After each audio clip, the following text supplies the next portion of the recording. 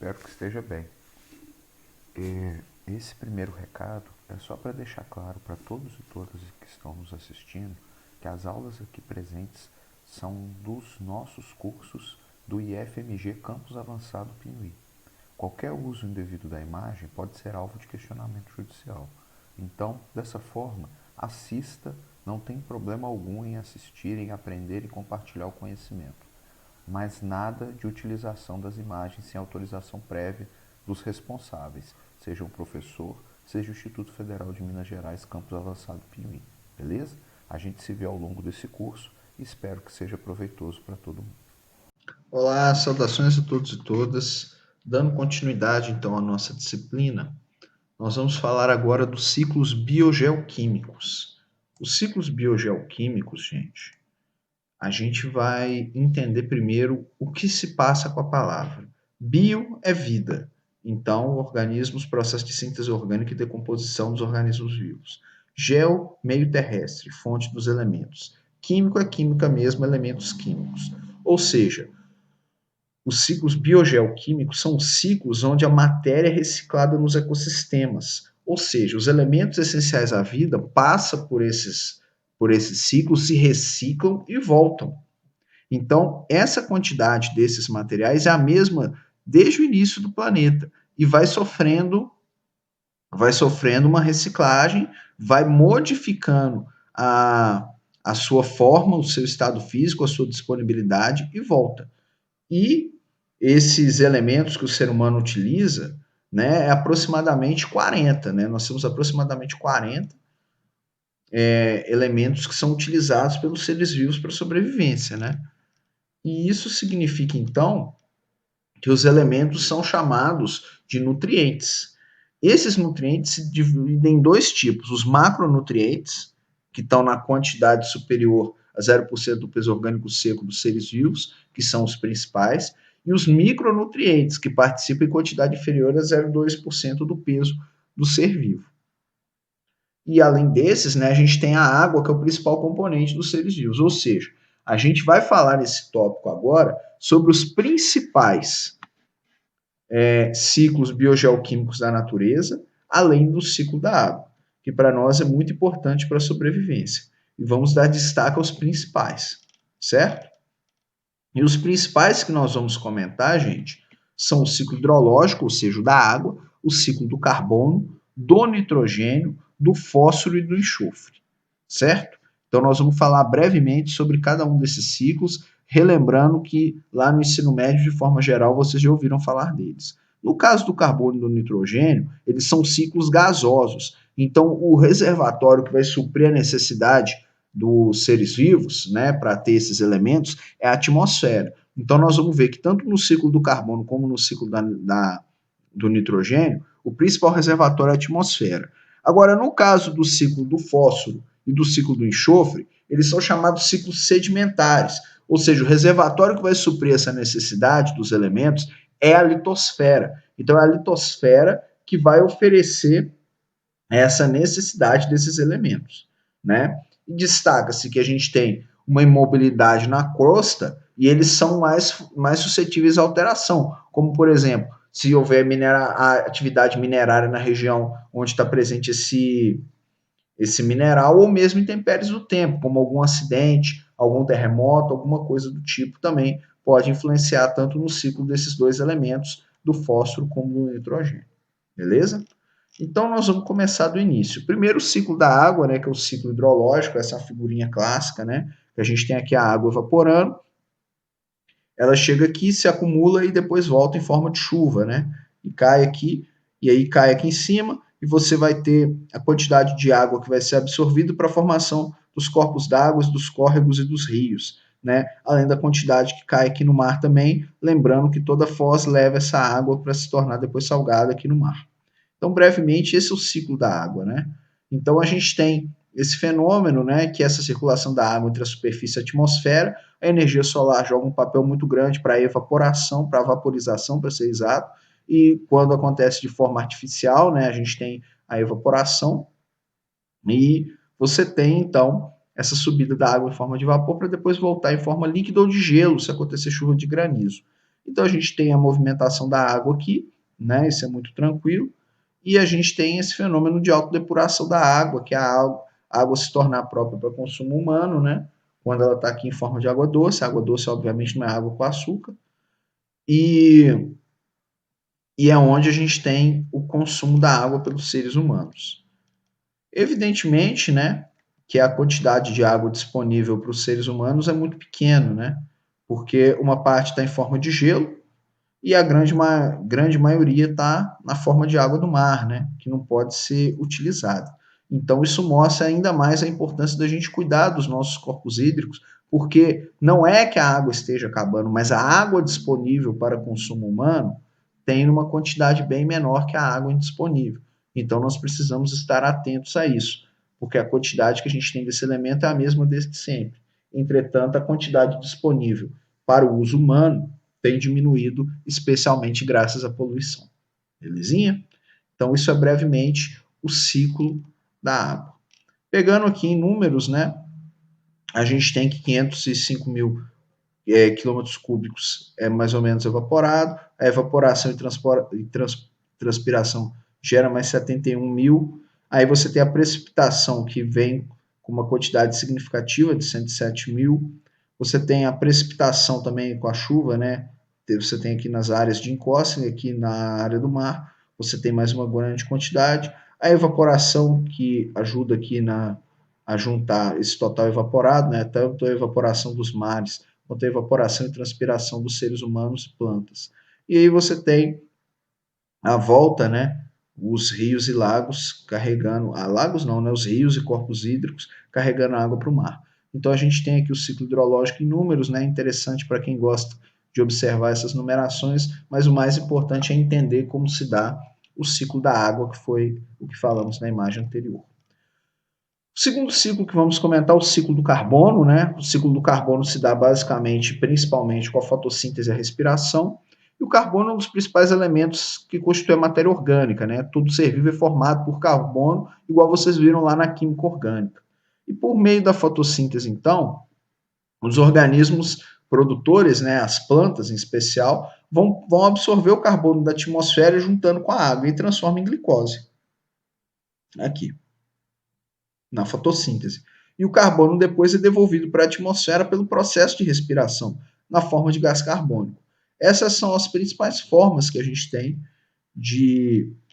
dessa relação do ciclo do carbono. É claro que a gente pegando aqui, né, a gente vai ter muito mais detalhes que são importantes, né? Então, o ciclo principal é a fotossíntese e a respiração, mas a gente pode ter o ciclo secundário, né? Que é a transformação da matéria orgânica em combustível fóssil e carvão. Isso também pode ser utilizado no ciclo do carbono. Então, a gente pegando aqui as quantidades, né? Durante esse processo de, de fotossíntese, né? De respiração, a gente tem uma grande quantidade, então, de energia, né, que vai sofrendo esse fluxo, e a gente consegue perceber a grande quantidade aqui na fotossíntese e respiração, né? A gente consegue perceber uma quantidade significativa aqui de fotossíntese e respiração dos oceanos, né? Que é a maior parte de onde vem o oxigênio disponível para nós respirarmos na Terra, além de outros, as usinas fósseis que liberam um pouco, vulcanização, né? E a gente consegue perceber como se dá o ciclo do carbono brevemente, beleza? Então aqui, pensando no efeito dentro de uma propriedade, né? A gente tem aqui fixação desse carbono, os micro-organismos que são produtores primários, decompositores, acumulam esse carbono, eles incorporam matéria orgânica do solo, né? Quando incorporam matéria orgânica do solo, melhora a estrutura do solo, né? Porque garante também, dentro desse processo respiratório, uma maior riqueza aqui de fauna e de flora nesse solo, né? E você tem a síntese também de compostos hidrocarbonetos, né? A formação desses compostos hidrocarbonetos todos possuem carbono, além de contribuir na ciclagem de nutrientes. É claro que a gente tem aqui, né, a liberação do excesso de gás carbônico aqui por veículos, por indústrias, contribuem também nesse CO2 atmosférico, que é o efeito antropogênico, que é, infelizmente, o aquecimento global. Então, o excesso de plantio para alimentação, né, você tem também os poluentes que a gente tem, em especial nas grandes cidades. Então a gente consegue perceber aqui, ó, o aumento ao longo dos anos da quantidade de gás carbônico presente na atmosfera, mostrando que tem uma relação direta com o aumento dos poluentes dos seres humanos, e aqui pegando o efeito na temperatura global, né, o chamado aquecimento global, que desde a década de 50 tem aumentado sucessivamente e, devido a medidas governamentais, está conseguindo manter ele mais ou menos no fluxo constante, né, desde então. A gente espera aí que mais países assinem os acordos climáticos para que a gente possa pensar, né, sem dúvida alguma, em manutenção dos índices de poluentes para que isso, que já é enorme, não aumente ainda mais, colocando em xeque a sobrevivência da nossa espécie. E aí a gente passa para a seguinte questão, né? Avaliando o ciclo do carbono, qual que é a relevância das emissões antropogênicas no chamado efeito estufa? Isso aí fica para a gente pensar, né? Porque é relevante, essas emissões antropogênicas são relevantes, sim. O efeito estufa a gente sabe que já está mais que provado que tem uma relação direta com os combustíveis fósseis, com os seres humanos liberando tudo isso, mas existem alguns negacionistas, né? A gente vive um período de negação da ciência que é muito difícil, né?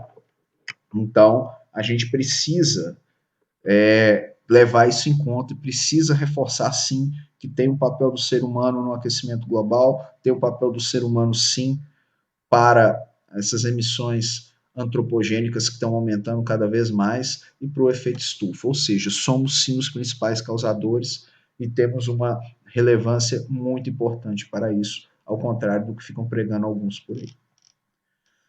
Agora a gente pode passar para o ciclo do nitrogênio, né? O ciclo do nitrogênio ele é muito importante porque ele é necessário para a formação de proteínas. Então, todos os seres vivos precisam de nitrogênio, só que eles não absorvem nitrogênio durante a respiração, né? Nós já vimos isso daí, né? Vocês já estudaram. A absorção durante a respiração é basicamente só de oxigênio, né? E os outros gases saem da maneira que entram dos nossos narizes e boca. Então, a gente precisa de outras formas para adquirir o nitrogênio, que tem que estar nas vitaminas, enzimas, etc. Mesmo sendo o principal constituinte do ar atmosférico, como eu disse, ele não é absorvido diretamente da atmosfera pelos organismos vivos. Eles têm que estar na forma de composto orgânico, que é amônia ou nitrato. Então, a amônia e o nitrato, que são as principais formas de absorção. E os mecanismos nós temos. Tem a fixação industrial, que aí você tem os fertilizantes, vai para os vegetais como os não leguminosos, produz nitrogênio orgânico. E aí você tem a alimentação e excreção animal, produz aquilo que vai ser reduzido. Além disso, você tem a fixação de descargas atmosféricas, que são menores tipos que podem acontecer, destruir molécula de nitrogênio e ajudar os vegetais não fixadores na fixação e, por consequência, produz nitrogênio orgânico. E a gente tem a fixação biológica de leguminosas, que é a principal forma de fixação do nitrogênio na atmosfera, né, que são os organismos simbióticos fotossintetizantes, as bactérias do gênero Rhizóbio, que elas conseguem, então, fazer essa fixação. Junto a isso, tem as Azotobacter, que são bactérias aeróbias, e as cloristrídeos, que são bactérias anaeróbias, além das algas cianofícias, que são os principais responsáveis pela fixação, então, biológicas, são as leguminosas, que vão gerar nitrogênio orgânico.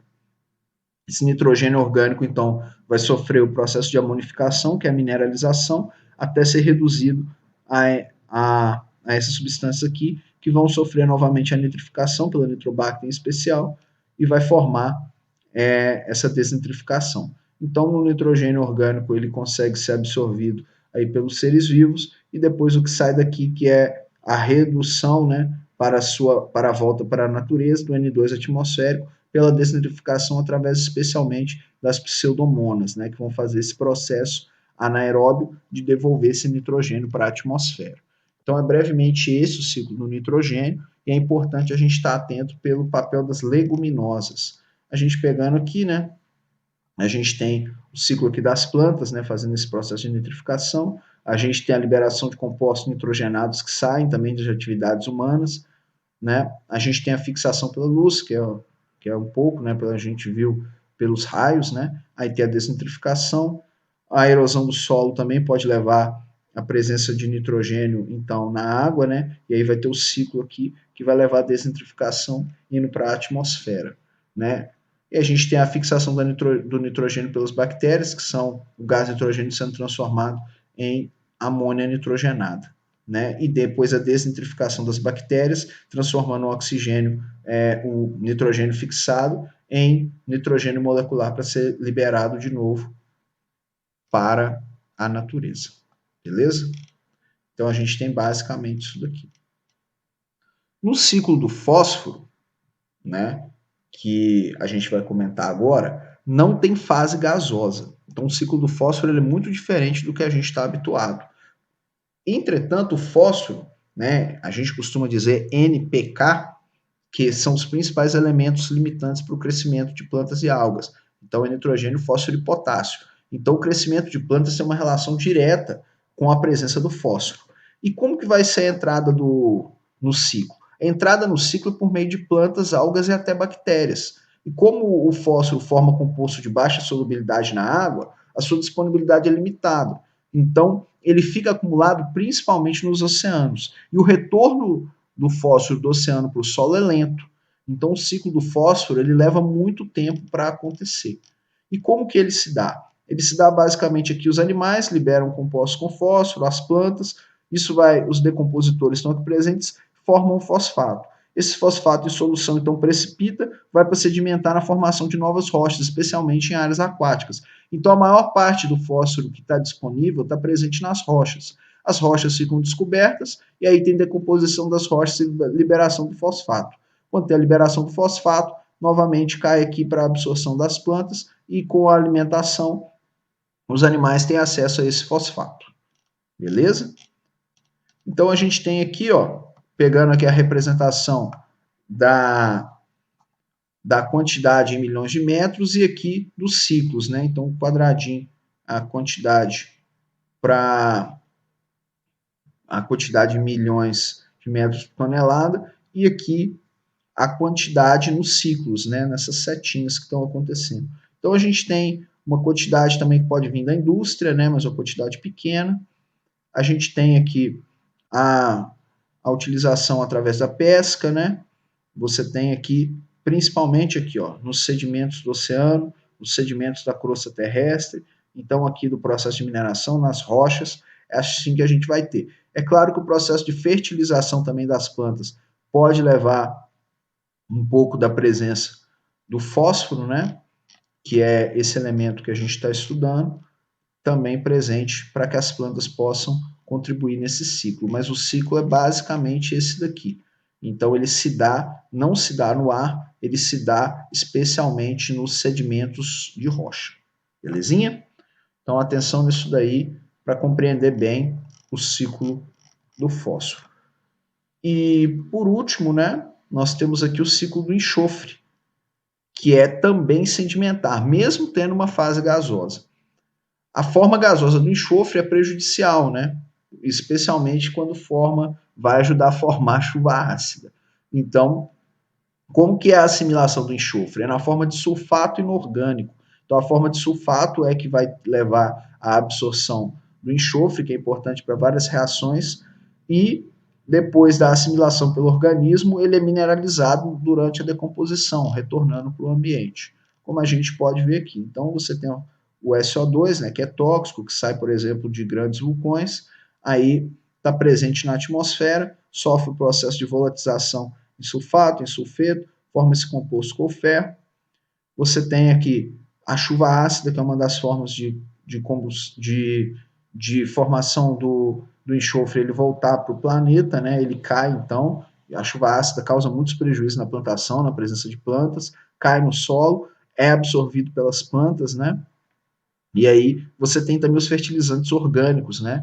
Que tem esse enxofre que vai cair na planta, vai levar à decomposição, e aí ele cai de novo, volta aqui em forma de S orgânico, os micro-organismos então fazem o processo de mineralização para que ele volte ao estado de sulfato, além também da presença em combustível fóssil, como a gente já viu, que vai ser liberado em forma de SO2. Então, tanto a liberação antrópica quanto a liberação natural podem liberar, então, esse enxofre que vai voltar e vai formar esse ciclo aqui, o ciclo com o solo, apesar da sua forma gasosa, como nós já falamos, ser tóxica, especialmente por cair como forma de chuva ácida. Do contrário, o seu processo se dá basicamente só dentro da litosfera.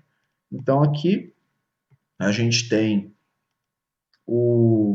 a presença, então, do enxofre, né? Aqui principalmente nas rochas, no solo mineralizado, né? Onde a gente consegue perceber a grande quantidade de enxofre presente. Então, ele tem um ciclo principalmente litológico, né? Como a gente está vendo. É isso. Espero que tenha sido proveitoso. Até a próxima aula, seguindo com a nossa disciplina. Tchau, tchau.